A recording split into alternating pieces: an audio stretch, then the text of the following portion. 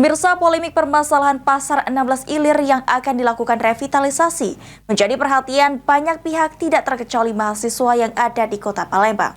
Sehingga para mahasiswa menuntut supaya pemerintah Kota Palembang menyelesaikan permasalahan di Pasar 16 Ilir.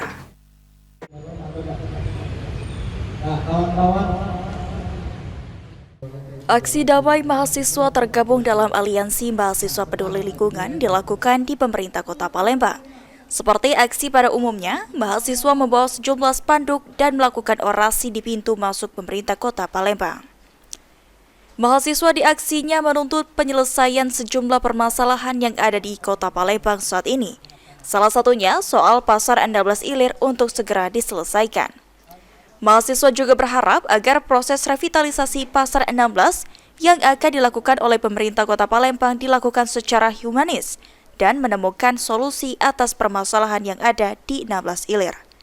Untuk segera diselesaikan masalah-masalah yang ada di Pasar 16, mulai dari pedagang, mulai dari pihak pengelolanya, mulai dari Pemkotnya.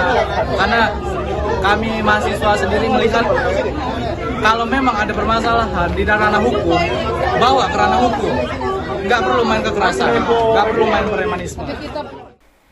Asisten 2 Pemerintah Kota Palembang, Rudi Indawan, mengungkapkan jika mereka saat ini sedang melakukan rapat terkait permasalahan Pasar 16 Ilir dan diharapkan rapat tersebut menemukan jalan tengah menyelesaikan polemik Pasar 16 Ilir.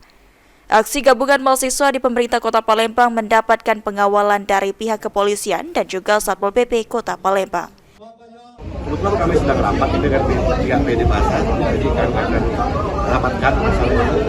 Insya Allah ke depan ada jalan tengahnya.